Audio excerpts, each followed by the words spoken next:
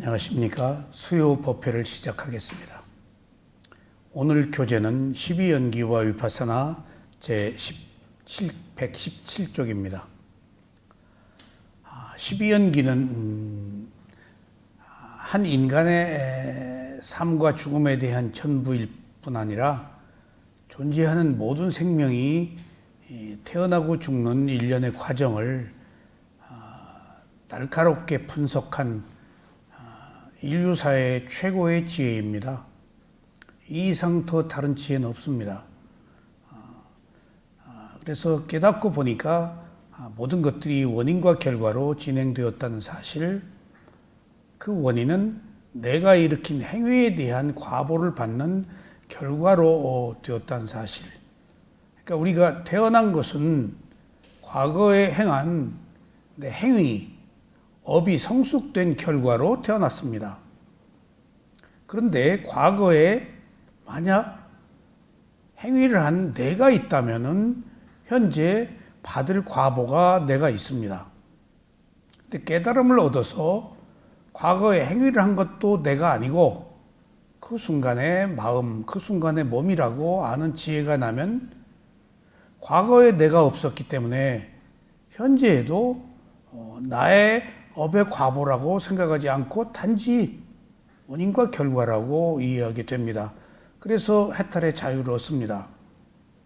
누구나 과거에 선한 일과 선하지 못한 일을 함께 했었기 때문에 우리는 이 생에 태어나서 좋은 경험도 하고 나쁜 경험도 합니다.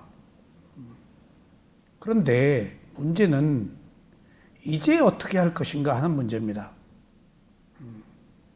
그래서 과거의 원인으로 말미암아서 생긴 현재의 결과를 업의 과보라고 있는 그대로 받아들이면은 이제 먼저 새로운 원인을 만들어서 지금 이후나 다음 생이 지금처럼 똑같이 괴롭지 않도록 하는 것이 우리들이 12연기를 알아야 되는 이유이자 사명입니다. 그래서 이게 복잡합니다. 내 기준으로 보면은 12연기의 원인과 결과를 인정하지 않기 때문에 내 뜻대로 생각하고 내 뜻대로 그 결론을 내리기 때문에 사물의 이치, 진리와는 늘 다른 결론을 내려서 내가 스스로 고통을 만드는 겁니다. 그래서 내 의견이 배제된 있는 그대로의 진실을 보면 이게 쉬운데 내 뜻을 가지고 내 생각대로 판단한다면 이것이 굉장히 어렵습니다. 그래서 우리가 경험하지 못한 이 연기의 지혜는 인류사의 가장 위대한 최고의 깨달음이기 때문에 자기가 옳다 그러다 판단하지 말고 한번 일단 들어보는 것이 가장 상책입니다. 우리의 삶이 간단치 않습니다. 너무나 많은 수많은 선업과 불선업의 행위로 말미암아서 생긴 결과가 있기 때문에 내 의지대로 안 돼요. 지금 내가 사는 것 같아도 내가 살지 못합니다. 어떤 가속도로 살고 있어요. 과거에 행위를 한 업의 연장선상에서 살고 있어요. 여기에 나의 의지는 그렇게 크질 않아요. 근데 수행을 하면은 과거에 받은 업은 받고 현재 새로운 나의 의지를 키우는 겁니다. 받은 대로 살지 않고 그것이 지혜이고 수행입니다. 그래서 이게 어렵습니다. 이해할 수가 없습니다. 원인과 결과를, 조건을, 업의 성숙을. 그래서 우리가 듣고 또 들어야 됩니다. 자, 부처님이 깨달음을 얻기 전에 먼저 12연기를 깨닫습니다. 그런데 역대 25분의 모든 붓다가 고타마 시달타까지 다 기록이 있습니다. 똑같이 제일 처음에 12연기를 깨닫습니다. 제일 먼저. 그리고 나서 의문을 해결합니다. 의심에서 해방되어야 해요. 첫째, 왜 그랬는가? 원인과 결과라고 아는 것이 의심에서 해방되는 거예요. 우연히 생긴 게 아니다. 그럴 만해서 그랬다. 라고 원인과 결과로 이해하면은 이제 내게 주어진 불편부당한 것, 그런 모든 것들을 불가피 합당한 것으로 받아들일 수밖에 없습니다. 그러면 거기에서 새로운 싹이 납니다. 그래서 역대 모든 붓다가 똑같이 제일 먼저 12연기의 원인과 결과를 발견하고, 이건 부처님에 의해서 밝혀진 사실이에요. 그리고 그 뒤에 몸과 마음을 알아차리는 위파사나 수행을 통해서 팔정도 개정해로 해탈의 자유를 누리는 것이 대장정의 마감입니다. 그것이 이 깨달음이고 자유입니다. 그래서 먼저 12연기의 원인과 결과를 알고 그 뒤에 몸과 마음을 알아차려서 단계적 과정의 지혜가 성숙되어야 무상고무화의 지혜가 나서 윤회가 끝나는 해탈의 자유를 얻는 일련의 과정은 똑같습니다. 저는 여기서 놀랐어요. 25분의 부처가 똑같이 이 길을 갔어요. 그리고 우리 인류가 멸망하고 어딘가에 또 태어납니다. 멸망할 수가 없어요. 그러니까 하면은 깨달음을 얻지 않는 한은 생명이 끝날 수가 없어요. 어딘가에서 태어나야 돼요. 그것을 31개의 존재의 세계를 붓다가 다 밝혔는데, 그러니까 지구도 뭔가 수명이 있단 말이에요. 그러면은 또 다른 행성에서 우리와 똑같은 생명들이 또 인간이 살면서 31개의 존재의 세계에서 살면서 끊임없는 윤회를 거듭하는 과정에 똑같은 12연기와 위파사나라는 법은 장구한 세월 뒤에 오는 인류에게도 똑같이 적용되는 법이라는 사실입니다. 거기서 저는 엄숙한 진실을 알고, 사실은 그런 진실을 알았기 때문에 제가 쉬운 살에 이것을 생의 마지막 그 길로 선택한 이유입니다. 이게 적당히 발견된 진리가 아니고 완벽한 바라밀 공덕을 쌓은 분에 의해서 발견된 진리인데 마지막에는 이것밖에 없다. 그런데 그것을 우리 시대에 존재하는 고타마 시달타만 발견한 게 아니고 보니까 앞선 선각자들, 앞선 붓다가 발견한 것을 자기도 똑같이 발견했다는 사실을 알았어요. 그래서 수다원, 사다함, 아나함, 아라한의 4단계의 도과도 저는 붓다가 만드는 건 줄 알았더니 아니야, 원래 있었던 거야. 그리고 12연기와 위파사나도 붓다가 만드는 건 줄 알았더니 원래 인류사의 어떤 질서야. 이건 해탈로 가는 원래 있었던 거야. 단지 붓다는 발견했을 뿐이야 라는 사실 앞에서 붓다가 스스로 신이 아니고 깨달은 자라고 말했을 뿐더러 단 하나의 유일한 길이라고 이것을 말한 이유는 이 사념처 위파사나 수행이 유일한 길이라는 뜻이 아니고 무상고무화가 유일한 길인데 그 무상고무화로 가는 진리로 가는 길이 위파사나다, 사념처다, 몸과 마음을 알아차리는 수행이다 라는 의미입니다. 그래서 12연기가 조금 어렵더라도 그런 엄숙한 진실이기 때문에 이것을 벗어나서는 어떤 진리도 존재하지 않아요. 이것을 벗어나서는 어떤 괴로움에서도 벗어날 수가 없어요. 근본 질서의 어떤 기본이에요. 질서의 꽃은 무상고무하고 질서의 기본은 원인과 결과예요. 자, 제가 이 어려운 12연기의 어려운 난해하고 어려운 법을 미얀마의 스승에게 16년 전에 배웠습니다. 저도 똑같이 어려웠습니다.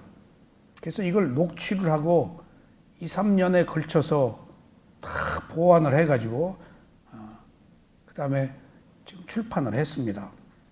그 뒤에 제가 12연기 시리즈로 어디서 와서 어디로 가는가, 그 다음에 또 그 미소 지으면서 죽는 법, 그 다음에 제가 쓴 12연기 1권, 2권, 또 마시사야도 12연기, 12연기에 관한 시리즈를 연재를 했습니다.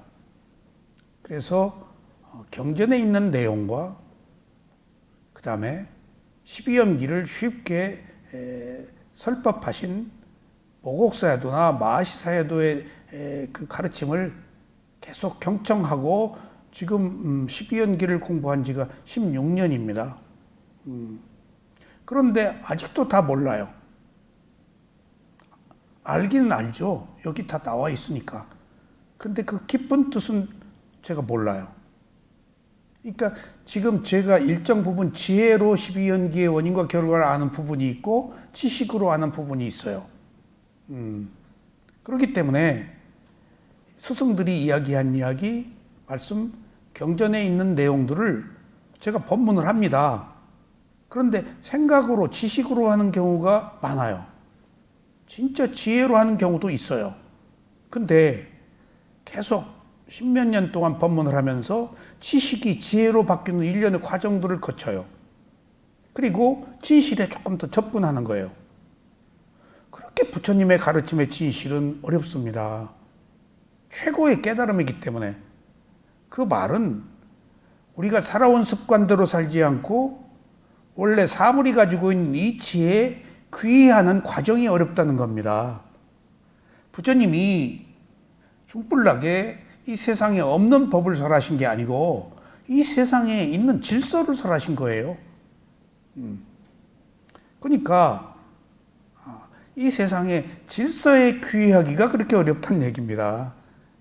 중요한 사실은 자아를 가지고 살아서 자기중심적인 사고로 생각하고 그런 견해, 바르지 못한 견해를 가지고 있기 때문에 우리는 어차피 몰랐으니까 태어났지 알면 안 태어납니다. 어리석음이 있어서 태어났지. 그러니까 당초 모르는 상태로 태어나서 얼마나 아는 단계로 가느냐 하는 문제가 지금 12연기 법문을 듣고 위파사나 수행을 하는 과정입니다. 그래서 저도 16년 동안 12연기에 대한 이해가 끊임없이 새롭게 정립이 됩니다. 다행히, 참으로 다행히 제가 위파사나 수행을 했고 또 위파사나 수행도 보통 호흡을 보는 신념처에 머물기 마련인데 저는 수념처, 심념처, 법념처를 아우르는 사념처 수행을 스승들에게 배울 수 있었기 때문에 조금 더 수행에 대한 이해가 조금 더 지평이 넓어졌습니다. 그런데 그런 그 수행을 하고 나서 12연기를 공부하니까 조금 12연기에 대한 본질적인 이해가 조금 더 깊어지고 있다는 사실을 발견했습니다. 더 중요한 사실은 먼저 12연기를 해야 돼요. 그리고 위파사나로 넘어와야 돼요. 근데 12연기를 배우기가 어렵고 미얀마야 모곡사야도의 제재가 아니고서는 12연기를 배울 수가 없기 때문에 같은 미얀마에서도 이것은 교학이고 학문이기 때문에 외국인이 배우기가 어렵습니다. 그래서 수행부터 먼저 배우고 인연이 닿아서 모곡사야도 제자인 쇠민모 우소바노 사야도한테 12연기를 배우고 조금씩 접근해 들어갈 수 있어서 참으로 늦게 배웠지만은 12연기가 얼마나 중요한 사실인가를 다시 한번 새삼 깨닫고 이것을 할 때마다 참으로 스스로 축복이라고 여기고 감사하게 생각합니다. 그래서 어떤 분이 외국에서 오신 분이 잠시 지방에서 저희 수업을 참관한 적이 있었는데 그분이 십몇 년 전에 이 책을 샀대요. 어려워서 보다가 말았대요. 5년 전에 또 조금 읽었대요. 조금 덜 어렵더래요. 근데 최근에 한국에 휴가를 와가지고 몇 달 있으면서 제 강의를 또 듣고 12연계 공부를 하고 책을 읽으면서 이제 조금 눈이 뜨인다. 라고 얘기를 하셨어요. 그 말이 진실일 거예요, 아마. 그렇게 어렵습니다. 저도 이걸 번역을 하면서 녹취를 해서 책을 쓰면서 단어 하나하나 모르는 글이기 때문에 벗어나 같으면은 책을 낼 때 제 얘기가 조금 들어가도 크게 벗어나지 않는데 12연기는 너무 엄격한 진리이기 때문에 조금이라도 벗어나면은 왜곡돼서 글을 이렇게 자의적인 해석을 할 수가 없어요. 그래서 그런데 또 무슨 말인지 모르기 때문에 또 글로 쓰기도 굉장히 어려웠어요. 그런 것처럼 12연기는 모든 것의 기본이 되는 근본도다, 기본도다. 그래서 저는 12연기를 통해서 위파사나 수행의 지혜가 조금 더 향상될 수 있었을 뿐만 아니라 가장 중요한 것은 12연기를 통해서 바른 견해를 갖게 됐다는 겁니다. 어떤 종교의 이론이나 어떤 이데올로기나 다양한 학설, 다양한 이론이 나오기 마련입니다. 인간은 완전히 모르기 때문에. 그리고 자의적인 해석을 하기 마련이에요. 자기 견해에 따라서 또 다양하게 새롭게 결론을 내릴 수 있습니다. 그런데 그런 과정에서 위대한 가르침이 다 왜곡됩니다. 다 왜곡됩니다. 그 성자의 수준에 미치지 못하기 때문에. 그래서 수많은 부파가 생기고 수많은 종교가 생겨나고 수많은 사교가 생겨나고 심지어는 진실이라는 이름으로 진실과는 전혀 다른 삿된 것이 진실을 포장하고 표방하는 경우도 많습니다. 그래서 제가 보기에 거짓은 진실 곁에 항상 함께 붙어 있어요. 거짓이라고 하면은 누가 따르지 않기 때문에 진실로 포장해야 누가 올 거 아니에요. 그런데 자기 견해가 들어가면은 사실 자기도 진실인지 것인지를 판단을 못 해요. 그래서 이상해지는 거예요. 그래서 그걸 증명해 줄 사람이 누가 있어요? 그게 옳다 그르다 할 사람이 어디 있냐고요. 그런데 12연기의 원인과 결과가 저는 여기에 대비해서 딱 보면은 이건 삿된 견해, 이건 잘못된 견해, 이것은 바른 견해라고 저는 16년 동안 12연기를 공부하고 나서 그런지 또 더구나 위파사나 수행을 했었기 때문에 누가 이상한 얘기하면 딱 제 레이더에 걸려요. 여기에 대보해보면 틀려요. 12연기의 이론에서 벗어나요. 그래서 이것이 훌륭하다는 말씀입니다. 그래서 오늘 또 지난 시간에 12가지 요소들에 대해서 3가지 연결을 말씀드렸는데 다시 한번 중요하니까 요약을 해드리겠습니다. 우리는 과거, 현재, 미래에 살고 있습니다.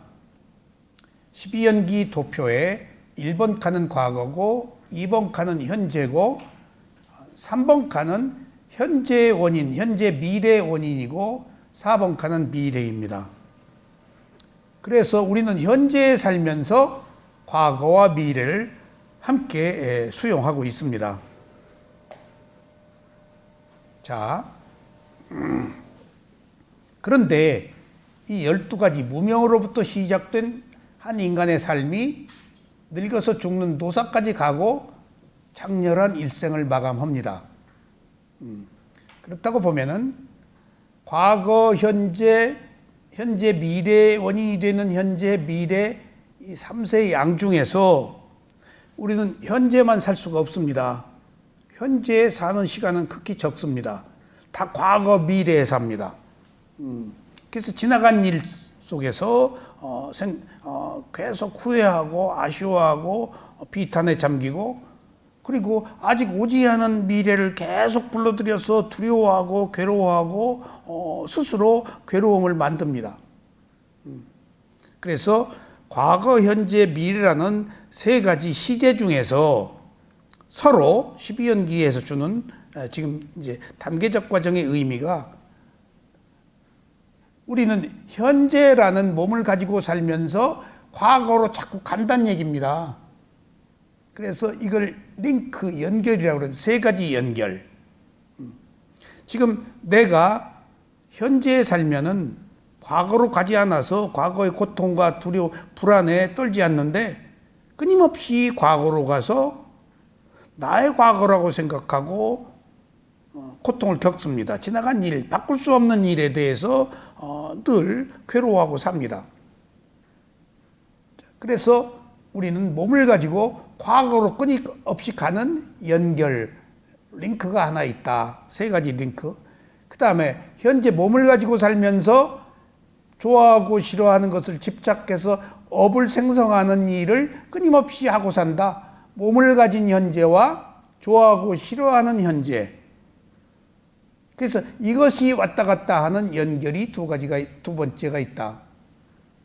그 다음에 몸을 가지고 사는 현재에 좋아하고 싫어하면서 이 일로 인해서 미래의 두려움, 미래로 가가지고 미래의 두려움, 불안을 스스로 만들고 있다. 현재에 있지 않고. 그래서 현재와 미래를 연결해준 요 링크, 세 가지 연결이 있다. 이 연결이라는 것은 연결될 수도 있고 연결을 안 할 수도 있다는 선택적 의미가 있다는 것을 말합니다. 내가 과거로 갈 수도 있고 안 갈 수도 있어요. 근데 부처님께서 행복에 대한 말씀을 하셨을 때 행복은 과거, 미래로 가지 않고 현재에 있을 때가 행복이다 라고 행복의 조건을 설명했어요. 이게 중요한 얘기입니다. 여기 우리 몸과 마음을 가지고 있을 때 근심, 걱정, 과거, 미래, 두려움, 불안, 후회가 안 떠오르잖아요. 그것이 행복이라고 그러셨어요. 근데 그렇지 않은 상태에서 지나간 일, 집생각, 그 다음에 또 무슨 두려움, 아이고 큰일 났네, 이거 암 걸렸나, 아이고 또 세상이 왜 이래 하고 괜히 오지도 않은 미래의 일을 끌어당겨서 내가 거기 집착을 한단 말이에요. 그리고 이미 지나가서 아무 쓸모도 없는 일에 연연하고 있단 말이에요. 그것들이 어리석음이에요. 그러니까 부처는 행복의 조건을 현재에 있을 때 인간은 행복하다. 과거는 후회고 미래는 두려움이다. 그래서 수행이 필요하다는 사실은 수행은 현재에 머무는 거예요. 근데 수행자만 현재에 머물질 않아요. 근로자도 자기가 일할 때 일에 집중하면 현재, 농부가 밭을 맬 때 현재에 있으면 그게 구도자예요. 과학자가 발명을 할 때 딴 생각 끊고 현재 자기 하고 있는 일에 집중하면 그게 현재예요. 그게 행복이라는 거예요. 부질없이 과거, 미래, 관념, 상상, 그것들을 불러들여서 괴롭지 말라는 거예요. 그것이 괴로움의 원인이라고. 그것이 불행을 만든 조건이고 행복을 빼앗아 가는 조건이라고 그러셨어요. 그래서 지금 이 연결이 있다는 의미는 갈 수도 있고 안 갈 수도 있는데 수행자는 현재, 이번 칸의 현재에 몸과 마음을 알아차려서 과거나 미래로 가지 말자는 이야기입니다. 그래서 연결은 세 개가 있다. 또 이 연결이 주는 의미를 한번 봅시다. 지금 몇 시간째 세 가지 연결을 말씀드리는데, 자, 우리가 태어났어요. 현생에 재생 연결식, 그리고 몸과 마음이에요. 왜 태어났죠?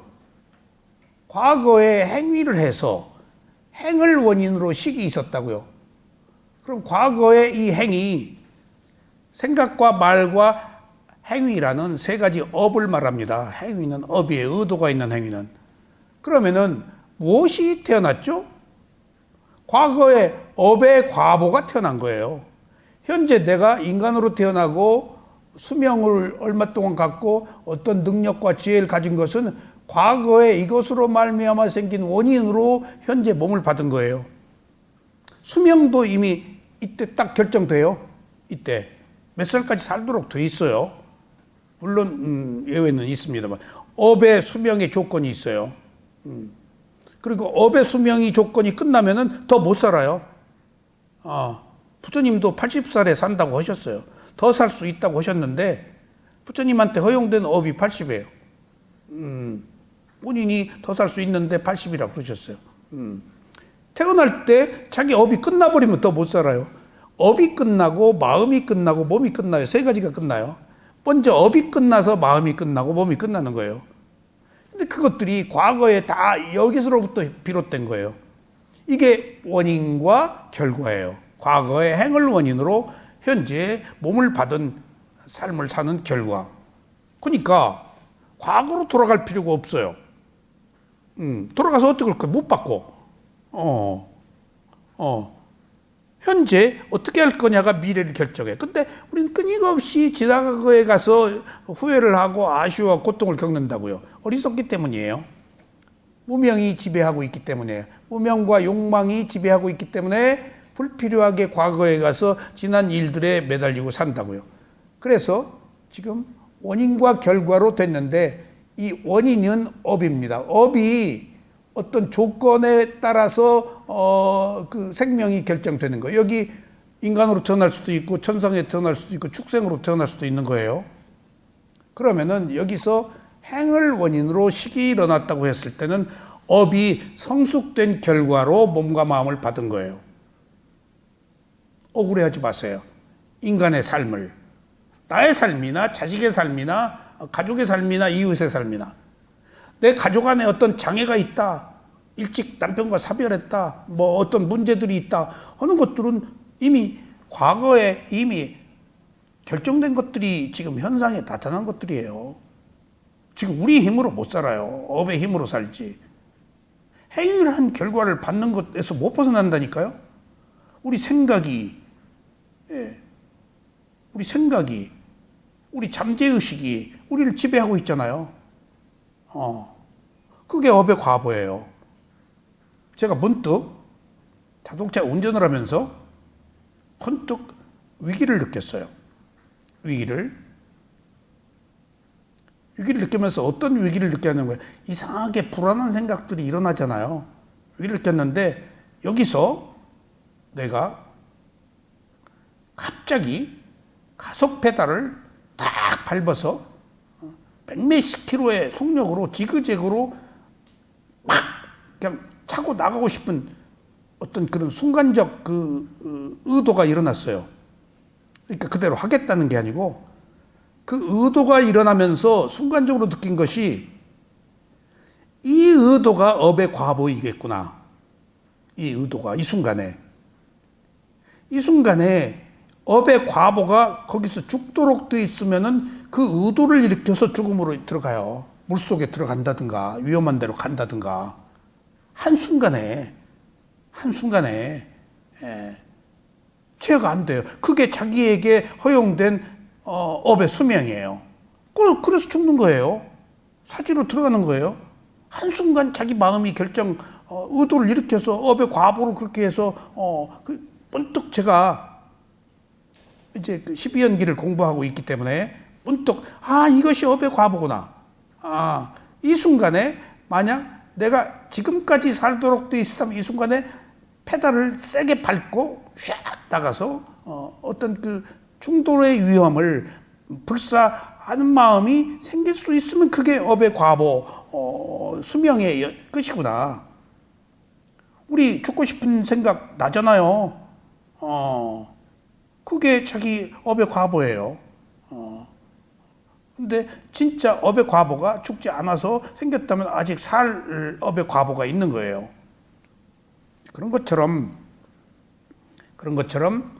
과거에 내가 여기서 왔다면은 과거의 행위가 나였다면은 현재 과보를 받을 나는 있지만은 여기서 내가 아니고 그 순간에 모르는 마음으로 그 순간의 몸과 그 순간의 마음으로 한 행위라면은 받을 나도 없다, 업을.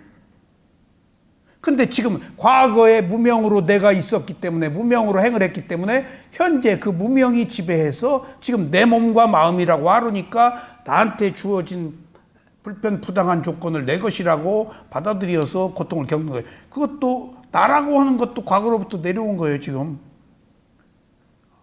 그렇다고 하면은 우리가 수행을 한다는 사실은 여기서 느낌에서 가래로 넘어가지 않는다 해서 나라고 생각되면 바로 자동으로 넘어가요. 근데 나라고 할 것도 없다 그러면 새로운 욕망을 일으킬 이유가 없어요. 나 때문에 욕망이 일어나거든요. 그냥 단지 하나의 조건 현상으로 바뀌어서 느낌이 맨 느낌의 상태에 머물고 감각적 욕망으로 안 가면은 이제 일로 안 가가지고 단지 원인과 결과만 있는 마음이라고 생각되어서 집착이 일어나지 않으면 윤회가 끝나는 해탈의 자유예요. 그게 수행이에요. 그래서 우리는 과거로 가는 링크와 몸을 가지고 계속 욕망을 좋아하고 싫어하는 욕망을 일으키는 왔다 갔다 하는 링크와 또 아직 오지 않은 미래로 계속 가서 두려워하는 이 세 가지 링크가 12연기를 회전시키고 있다. 그리고 마지막에 늙어서 죽었을 때는 여기 링크가 없기 때문에 일단은 끝나는데 몸이 업의 과보가 그 마음에 담긴 종자가 업의 과보가 공기를 타고 빛을 발행하면서 새로운 태어남을 갖는다. 이게 윤회다. 그러니까 죽을래야 죽을 수가 없어요. 이미 가속도가 있기 때문에 마음에 담긴 종자가 밀려서 다른 것을 바라고 원하기 때문에 그래서 이것을 지은 대로 받는다. 내 의지대로 되질 않아요. 근데 붓다는 늙어서 죽었어. 무엇도 더 이상 바라는 마음이 있어. 업을 행하지 않아. 단지 있는 그대로 알아차려. 좋아하고 싫어하지 않아. 그러니까 새로운 업을 만들지 않으니까 받을 것이 없어서 안 태어나는 것이 아라한이에요. 그러니까 아라한은 죽음을 기다리는 사람이란 말이에요. 더 살 이유가 없어요. 이미 끝난 사람이에요. 사는 게 고통이라고 알아서 집착이 끊어진 사람들이에요. 근데 우리는 사는 게 고통이라고 몰라서 집착하고 있는 거예요. 진짜 지혜가 난 사람은 사는 게 괴로움이라고 알아서 구체적으로 확실히 본 거야. 사는 게 괴로움이다. 그래서 하등에 살 이유를 느끼지 못한 거예요. 그게 지혜예요. 근데 아직 우리는 무명의 눈이 어두워서 지금 여러 가지 그 감각적 욕망이 지배를 받기 때문에 지금 살고 있고 또 태어나는 거예요. 그래서 세 가지 링크가 있다. 그리고 마지막 죽은 뒤에 링크는 없다. 것으로 봐서 이 생에 장렬한 한 생의 삶이 끝나고 다음 생은 새로운 조건으로 태어난다. 새로운 조건으로 태어난 생명은 내가 아니다. 그 조건에 그 업의 과보로 또 어디 가서 태어날지 모르는 생명으로 살기 때문에 나와 전혀 다르다. 그런데 또 전혀 다르다고 할 수도 없다. 그 마음에 담긴 정보가 종자가 넘어갔기 때문에 아니라고 할 수도 없고 같다고 또 할 수 없다라는 것이 생명의 신비입니다. 그러면 뭐가 해야 거기서 같다라 그러면 변하지 않는 항상 한다 라는 질서가 있을 것이고 전혀 다르다라고 하면은 단견 원인과 결과를 부정하는 거라서 이론적으로 성립이 안 되고 그럼 뭐야 같지도 않고 다르지도 않으면은 원인과 결과다는 겁니다. 원인과 결과가 넘어간다는 거예요. 업의 과보가 상속된다는 거예요. 그 흐름 안에 있다는 거예요, 우리가. 그래서 세 가지 연결고리를 말씀드렸습니다. 첫 번째 연결은 과거의 업인 행으로 인해 재생연결식이 형성됩니다. 그래서 행이 정신과 물질의 원인이 되는 식을 만들게 됩니다. 이때 선업의 행은 선업의 식으로 연결되고 불선업의 행은 불선업의 식으로 연결됩니다. 여기 어떤 행위냐에서 선업과 불선업에 따라서 이 생에 뭔가 마음이 결정됩니다.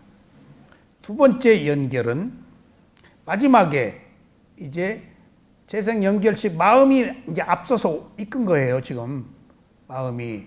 그 다음에 이 마음에 의해서 몸이 생겨요. 수상행이 생기고. 그래서 이때 색, 수상행, 식, 이것이 오온입니다, 지금.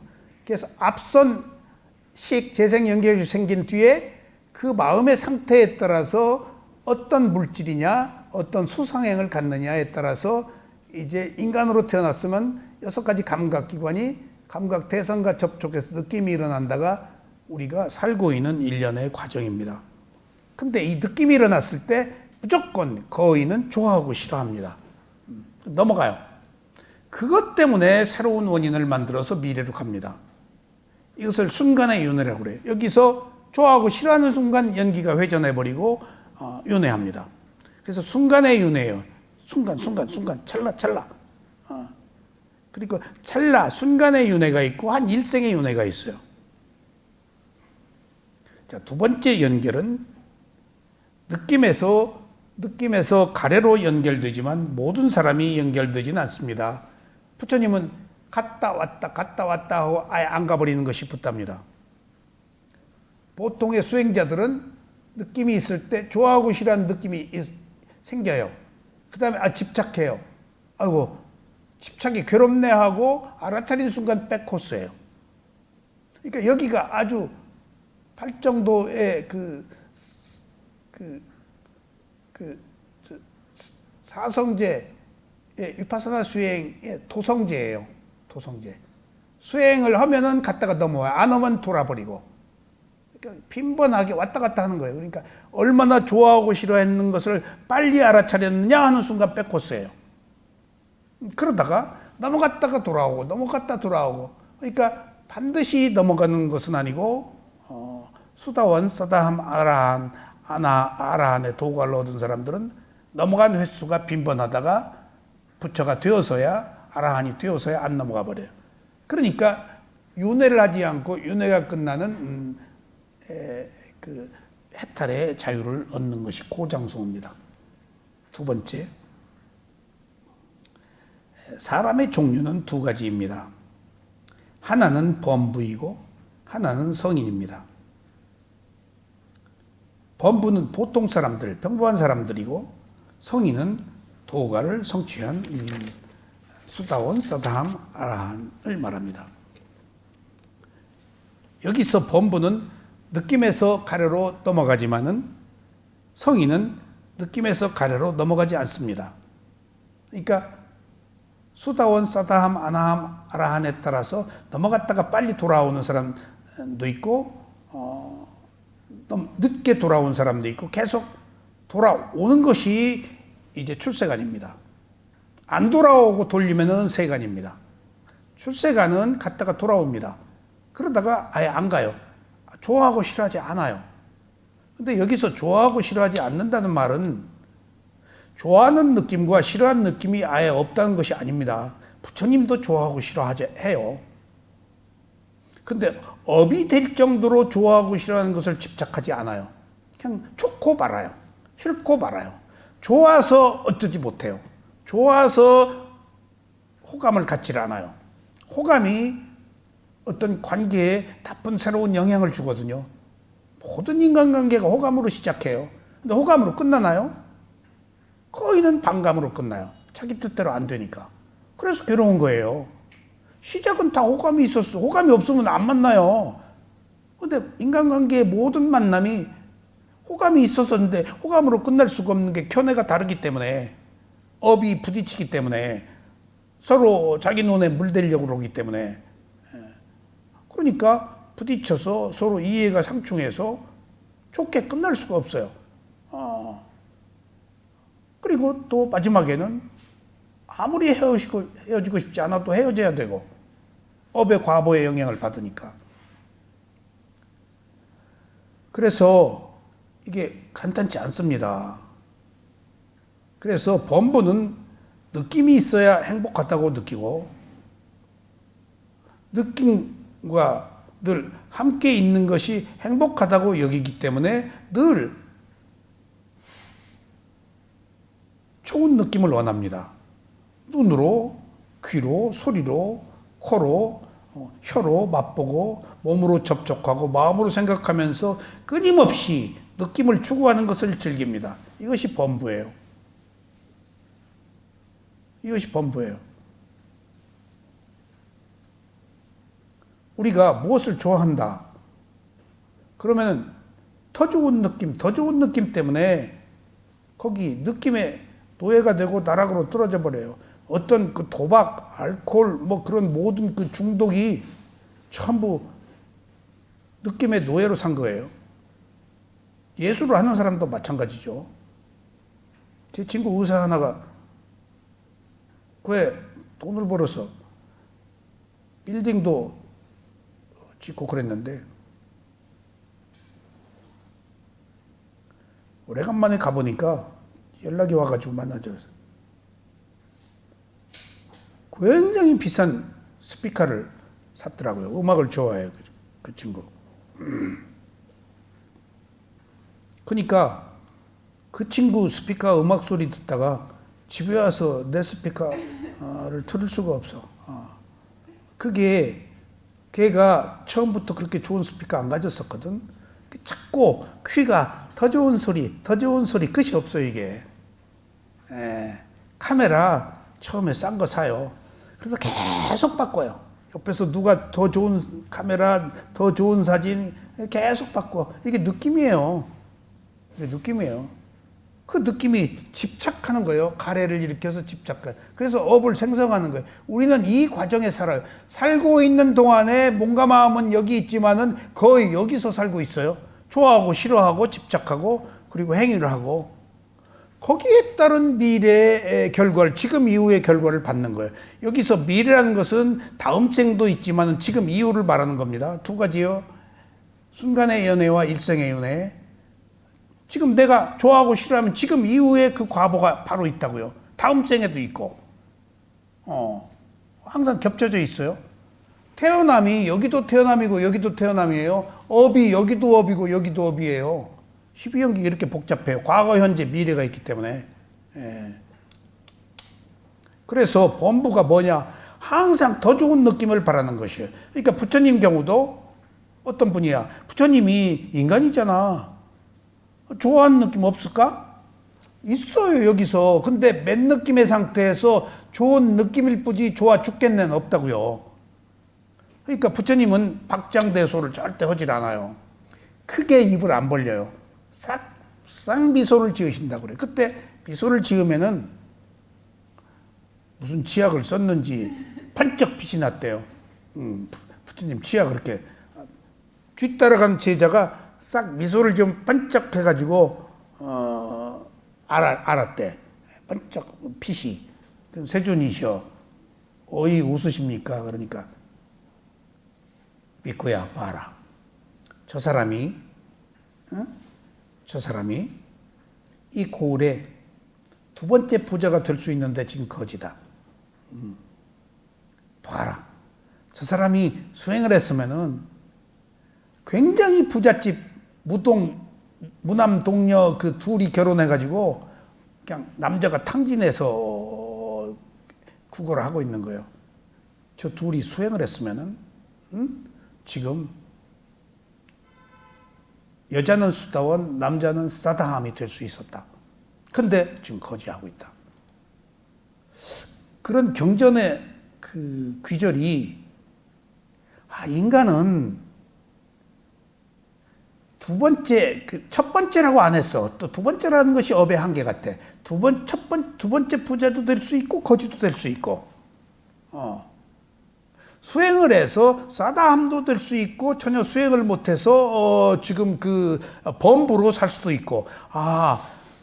제가 경전을 통해서 느낀 제 소회예요. 인간은 예정되어 있는 것 속에서 예정되어 있는 것, 부처의 말씀에 의하면 예정되어 있는 것 속에서 의외로 예정은 되어 있지만 선택지는 넓구나 하는 것을 알았어요. 선택지는 넓구나. 그리고 또 어느 경우는 아라한인데 공양청을 해서 집으로 가는데 스승이 앞에 가시죠. 어떤 장애가 있어. 그러니까 이 아라한 스승이 깡총 뛰어서 가셨어요. 그러니까 뒤에 모시고 가는 그 신도가 아라한께서 깡총 뛰는 게 채신물이 없어서 집에 가면 가사 3벌 드리려고 하는데 2벌 드려야겠구나. 그 뒤에 또 어떤 장애가 왔는데 옛날 길들이 뭐 좋았겠어요? 이번에 이렇게 비켜가더래요. 그래서 가사 2벌 드리려고 하는데 1벌만 드려야겠다. 이제 스승에 대한 그 존경심이 떨어지는 거죠. 집 가까이 갔는데 이번에는 이렇게 뛰지 않고 점잖게 비켜가시더래요. 끙충 뛰지 않고. 그래서 스님 어떻게 이번에는 궁금해서 그냥 가셨습니까? 그러니까 내가 이번에도 뛰어가면은 가사 한 벌도 못 얻어 입을 것 같아서 이번엔 그냥 갔다. 그러면서 하시는 말씀이 중요한 얘기예요. 내가 500생의 원숭이였다. 500생의 원숭이였다. 뛰는 습성이 있어. 그러니까 아라한이 붙다가 갖는 습성이 있겠지. 아라한들이 나름대로 오랫동안 지녀온 탐진치가 끊어졌을 뿐이지 자기가 살아온 습관이 있는 거예요. 그 잔재는. 탐진치의 문제이지 나름대로 생명이 갖는 어떤 고유한 특성들은 있기 마련인 거예요. 그것이 없으면은 무슨 물질이지, 돌덩어리지, 나무 깎아놓은 목석이지. 다 각기 다른 어떤 특성, 그거 존중해야 됩니다, 여러분들. 살아온 어떤 특성들이 있어서 그게 서로 다른 것은 아름다운 거예요. 근데 지금 서로 다른 것은 아름답지 않다고 여기잖아요, 지금. 존중을 안 하잖아요. 어떤 개성을, 업의 과보를, 성향을, 그 특성을, 그건 아름다움인데, 이게 이기적인 욕망 때문이에요. 모든 것을 하나로 묶어서 자기 뜻대로 하려고 하는 어떤 집단적인 이건 학대예요. 서로 다른 것 속에서 존중하면은 아름다운 하모니가 있고 서로 질서를 지키는 그 나름대로의 어떤 질서가 있는데 이 세상은 세력을 키우고 절대적인 권력, 절대적인 힘을 우위로 삼기 때문에 각기 다른 특성을 인정하지 않잖아요. 그러니까 이게 예술 세계에서도 그래요. 치고받고 옳다 그러다 서로 존중하지 않아요. 수행은 안 그런 줄 아세요? 수행하는 지도자끼리 절대 안 만나요. 같이 수행한 사람들 있어요. 몇십 년 전부터. 왜 안 만날까요? 견해가 다르기 때문에. 수행은 내가 최고고 내 수행이 최고라고 누구나 여기는 특성이 있어요. 비교가 안 돼요, 이건. 마음에 관한 문제이기 때문에. 그런 거 인간의 삶이. 완성된 사람이 아니기 때문에. 아직 아라한이 아니잖아요. 어느 과정까지는 내가 최고고 더 우월하기를 바란다고요. 그러니까 수행에서도 그런데 하물며 그렇지 않은 세상에서는 당연한 거 아니겠어요? 잡아 죽이려고까지, 수행자들은 잡아 죽이려고까지는 안 하겠지? 근데 이 세상에서는 어떻게든지 뭐 함락시키고 죽이려고 들고 비난하고 회방을 놓겠죠? 그러니까 서로 다른 것을 업의 과보를 존중하지 않는 그런 것 때문에 우리가 괴로운 거예요. 이 12연기 안에서 각기 다른 모든 업이 다 저마다 고유한 특성을 가지고 진행되기 때문에 때로는 선업도 있지만 때로는 불선업도 있어서 불가피한 거예요. 어느 한 단면만 보고 마침표를 찍고 매도해서는 안 돼요. 그냥 놔둬야 돼요. 지켜봐야 돼요. 이 시대에 그가 받은 업이에요. 존중해줘야 돼요. 오히려 그 고통, 이렇게 불편이 스스로를 받을 것 받아가지고 지금 자기가 잘못한 과거에 한 거 받을 것 받는데 거기 동정할 필요도 없습니다. 오히려 그 속에서, 그 고통 속에서 지혜를 얻으면 지금 이후의 삶이 더 나아지겠죠? 그것을 하도록 해야지. 지금 주어진 문제에 연연할 게 아니고 지금 어떻게 할 것이냐, 그 상황에서. 이것들이 오늘 우리가 현실을 살아가는 의무예요. 그래서 범부는 좋아하고 싫어한다. 그러니까 부처님은 좋아하고 싫어하지만은 이렇게 집착을 하지 않아서 그냥 좋고 만다.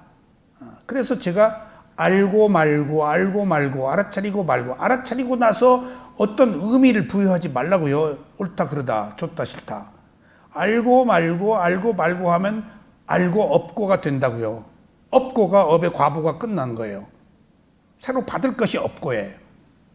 이것이 우리가 수행을 하는 이유예요. 먼저 알아차려. 그리고 결론 내리지 말아야 돼요. 알아차린다는 것은 결론을 내리지 않기 위해서 하는 거예요.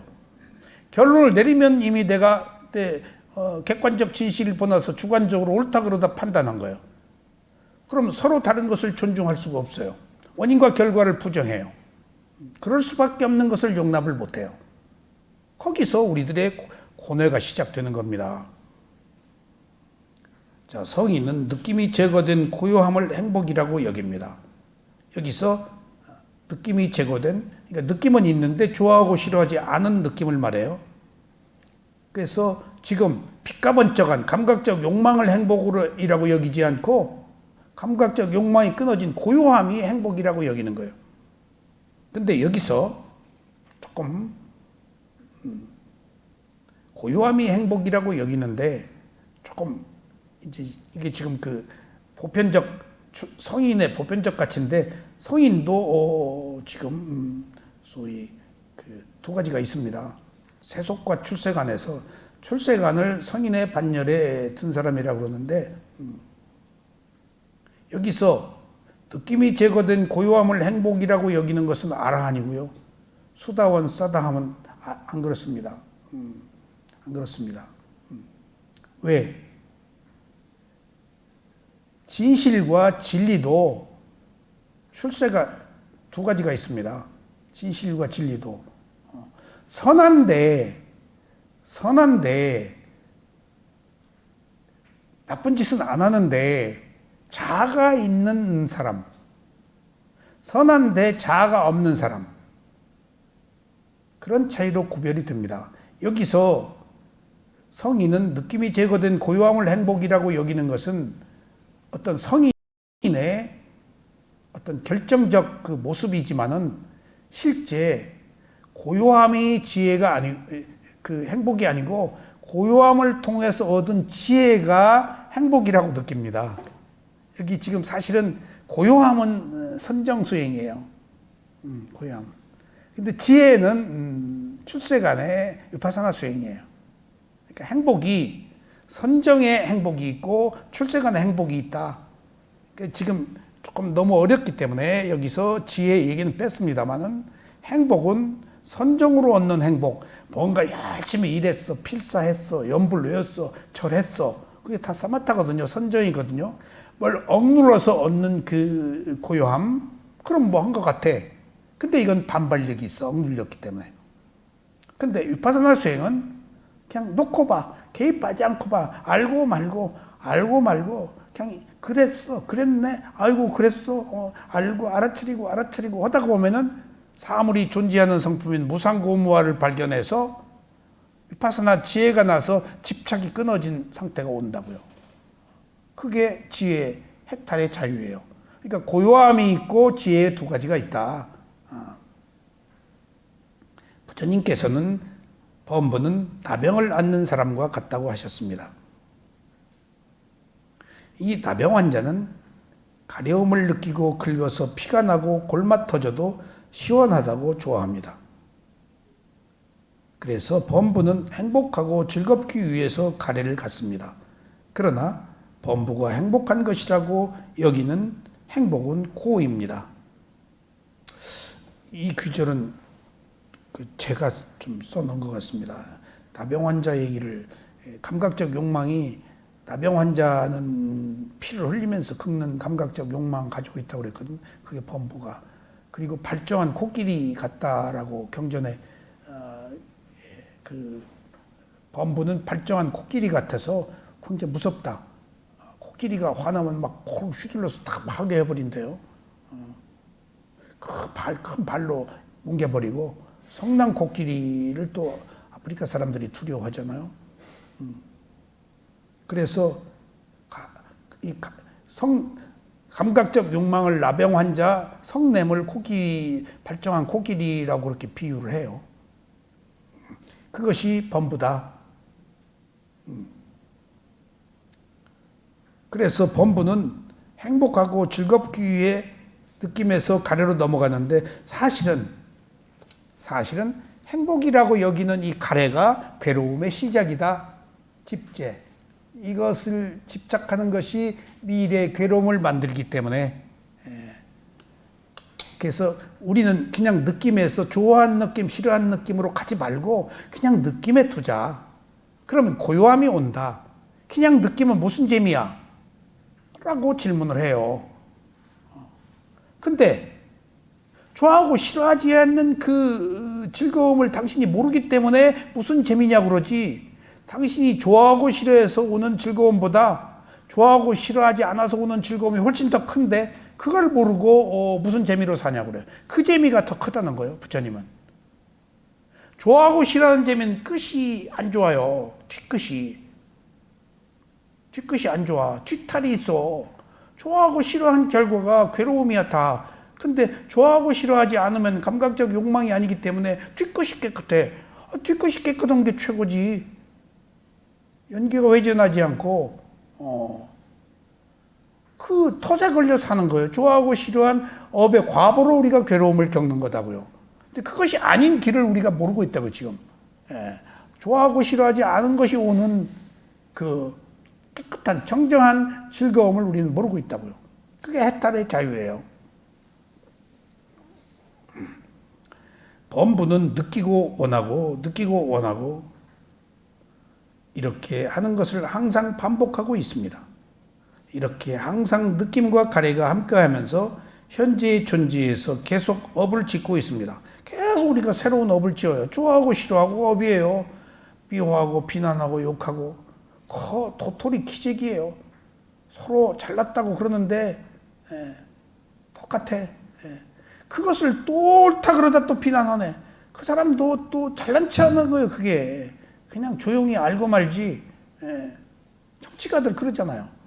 꼬리에 꼬리를 물어서 또 비난하고 자기 세력, 자기 과시 계속 자기밖에 몰라요. 거기에 무슨 답이 있어요? 세속은 그래요. 그래서 표로 결정하지만 그 표가 또 진실이에요? 그렇지 않은 거예요. 데모크라시는 오민 정치입니다. 숫자만 하면 절대예요. 최대 공약수로 우선 그것이 비교적 가장 합리적인 방법이라서 독재보다 나아서 선택하는 것이지 다수로 결정했다고 해서 절대선은 아니에요. 있는 그대로 알아차리는 것이 절대선이에요. 옳다 그러다 하지 않는 것이 절대선이에요. 좋아하고 싫어하지 않는 것이 절대선이에요. 좋아하고 싫어하지 않았잖아요. 그러면 된 거예요. 옳고 그름이 없잖아요. 그러면은 그것이 가지고 있는 사물의 이치를 안다고요. 그래서 내가 걸리지 않는다고요. 중요한 것은. 좋아하고 싫어하는 것은 내가 다 걸려요. 어느 경우나. 아무리 옳다고 하는 이야기조차도. 근데 좋아하고 싫어하지 않으면은 그것이 가지고 있는 무상고무와의 이치를 알기 때문에 내가 자유를 얻는다고 쓸데없는 것에 개입했네? 우리는 쓸데없는 것에 개입하는 것이 업의 과보예요. 그게 탐진치예요. 그러니까 위파사나 수행이 아니면 안 된다고 하는 이유가 여기 있어요. 좋아하고 싫어하지 말라는 얘기입니다.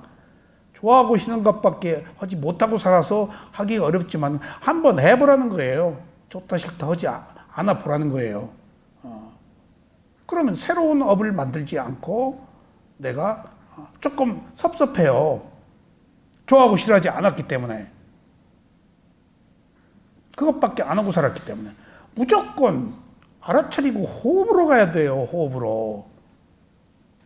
이건 다른 방법이에요. 부처님이 신수신법 사념처 최고의 가르침이 몸과 마음을 알아차려야 하는데 먼저 몸의 호흡을 봐라. 역대 모든 부처가 먼저 몸의 호흡을 봤어요. 모든 성자들, 모든 수행자들. 호흡을 봐서 뭐 있어? 그 사건의 결론을 내리지 말고 내 호흡으로 오면 그 사건과 내가 분리가 된다. 그리고 호흡도 하나로 보지 말고 물질적 현상으로 그것을 아는 마음, 정신적 현상이 분리시켜봐라. 이것과 어떤 사건과 나를 분리해야 되고 또 여기 와서는 내 호흡도 물질 현상과 그것을 아는 정신 현상으로 분리해라. 자꾸 분리가 위파사나예요. 주관적으로 딱 붙어서 뭔가 분리가 되어야 바라는 마음이 없어져요. 분리가 안 되고 딱 붙으면은 뭔가 감각적 욕구가 생겨요. 그래서 위파사나 수행이 아니면 안 된다고 그러는 거예요. 방법 없어. 이 세상에 수행이 안 된다? 호흡 안 본 거예요. 괴롭다? 호흡 안 본 거예요. 근데 그 호흡을 보기가 그렇게 어려워요. 자기 몸으로 돌아온 적이 없고 그리고 마음이 늘 밖에서 다른 것을 구했기 때문에 호흡을 봐도 두세 번 보기가 어려워. 지속하는 힘이 없기 때문에. 그게 우리 마음이에요. 그게 내 마음이에요. 호흡을 세네 번도 보기 힘든데 그게 내 마음이야? 근데 내 마음이라고 알고 살고 있어요. 내 마음대로 되는 줄 알고 살고 있고. 이렇게 엄연한 현실을 지금 몸과 마음에서 직접 우리가 경험해야 돼요. 내 마음인가? 내 마음대로 되는가? 호흡 세 번도 못 보는데? 오른발 왼발을 세네 번도 못 보는데? 그게 내 마음이야? 마음이 그렇게 끊임없이 일어나고 사라지면서 여기저기 방황하고 새로운 것을 원하고 산다. 그게 내 마음이 아니에요. 조건에 의해서 끊임없이 생멸하는 마음이지. 근데 그걸 나라고 알고 있다고요. 그거 보자는 겁니다. 위파사나 수행이. 내 마음대로 안 되는 걸 보자는 겁니다. 그게 무상고무화예요. 위파사나 수행이 잘 되면은 무상고무화가 아닌 사마타예요. 안 되면은 이미 무상고무화가 드러나 있어요. 내 의지대로 안 되기 때문에. 그것이 진리가 이미 드러나 있는데 진리를 못 보고 안 된다고 잘하려고만 하는 감각적 욕망, 느낌에서 가래로 넘어간 거예요. 수행을 잘하려고 하는 게 욕망이에요. 저기서부터 수행이 욕망으로 하면 안 돼. 안 되면 그냥 안 되는 것을 받아들이는 것이 그렇게 가장 어려운 거예요. 욕망으로 살기 때문에. 그러니까 가장 어려운 것이기 때문에 제대로 오면 가장 쉬울 수 있어요. 큰 것이 아니니까. 내 마음이 결정하는 거니까. 그런 미세한 갈림김이 여기 느낌과 가래의 사이입니다. 그래서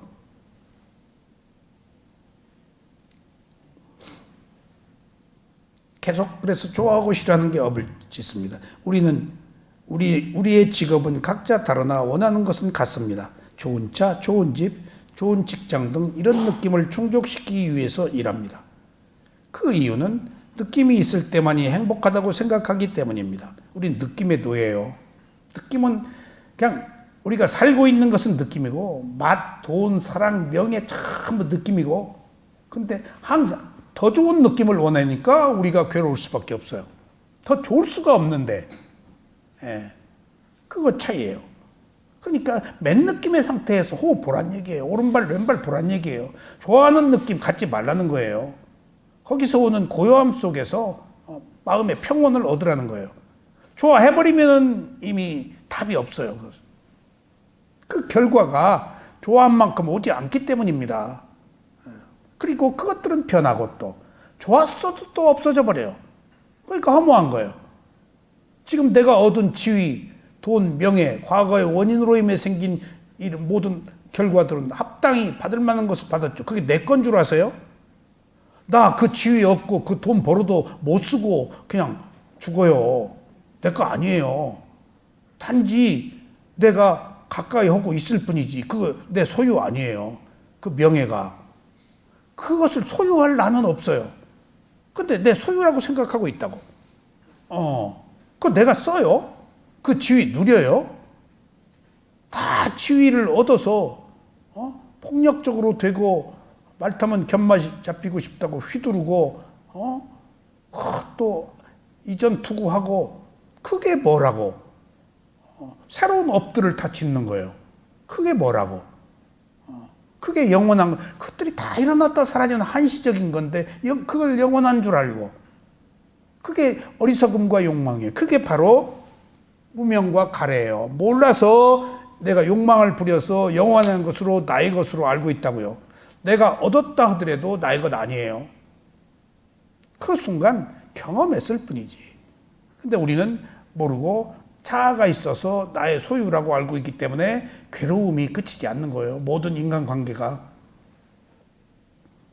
이유는 그 느낌이 있을 때만이 행복하다고 생각하기 때문입니다.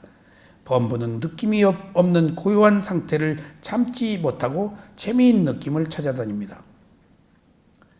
성인은 도가를 성취했기 때문에 세속적인 가래가 끊어진 상태입니다. 성인은 감각적 욕망의 느낌을 원하지 않고 고요한 느낌과 평화로움을 원합니다. 왜 고요한 느낌을 원하는가 하면 범부가 원하는 느낌과 함께 삶이 바로 괴로움이라는 것을 알기 때문입니다. 범부가 얻는 행복은 괴로움이라고 알아서 성자는 그 괴로움을 선택하지 않는다는 거예요. 여기서 중요한 사실은 모든 일들이 호기심으로 시작돼요. 호기심으로 시작되어서 그것들이 좋아하는 감정으로 더 성숙되어서 조금 더 발전하다가 어느 시기에 반전합니다. 좋아할 수가 없어요. 견해가 다르기 때문에. 서로 자기 이익을 추구하기 때문에. 그래서 여러분도 경험하시겠지만은 동창들, 친구들 누구 만나봐야 다 자기 얘기잖아요. 자기 잘난 체고. 그리고 조금 바른 견해를 가지고 있으면은 바르지 못한 견해와 부딪혀서 괴로워요. 과거에 동창 누구 다 과거의 그리움 때문에 그 시절에 그렇게 서로 소통하고 지내지, 지금은 다 머리가 쇠가지고 너무 옳고 그런 것이 확연해서 상처 입어요. 뭐로 만나요? 다 자기 잘난 체하고 옳다 그러다 하는 그 견해의 그 장인데 다 실망해요. 다 실망해요. 그런 데서 얻을 수가 없어요. 그런 것들이 다 괴로움이야. 그래서 그것이 괴로움이라고 아는 게 성자의 괴로움이에요. 성자의 지혜예요. 중요한 사실은 먼저 괴로움인지 알아야 돼요. 괴로움인지 아는 것이 가장 큰 고통이 지혜예요. 근데 괴로움에서 벗어나려고 그런다고요, 지금. 괴로움이 원인과 결과로 인해서 온 것이라고 그 괴로움을 받아들이려고 하지 않고 괴로움과 부딪혀서 마찰이 일어나는 게 지금 우리들의 문제예요. 괴로움은 올만해서 온 거예요. 내 감각적 욕망, 나의 견해, 내 이기적 욕망이 내린 결론에 의해서 괴로운 거예요. 올만해서 온 것은 괴로움 아니에요. 예. 올만해서 온 건 괴로움 아니에요. 그것은 오히려 받을 것을 받는 어떤 당연한 결과로서 지혜예요. 그러면 거기서 받을 것을 받으면 괴로워하지 않을 때 무아가 나와요. 이건 나의 괴로움이 아니구나. 거기서 조금씩 자유로워지는 거예요.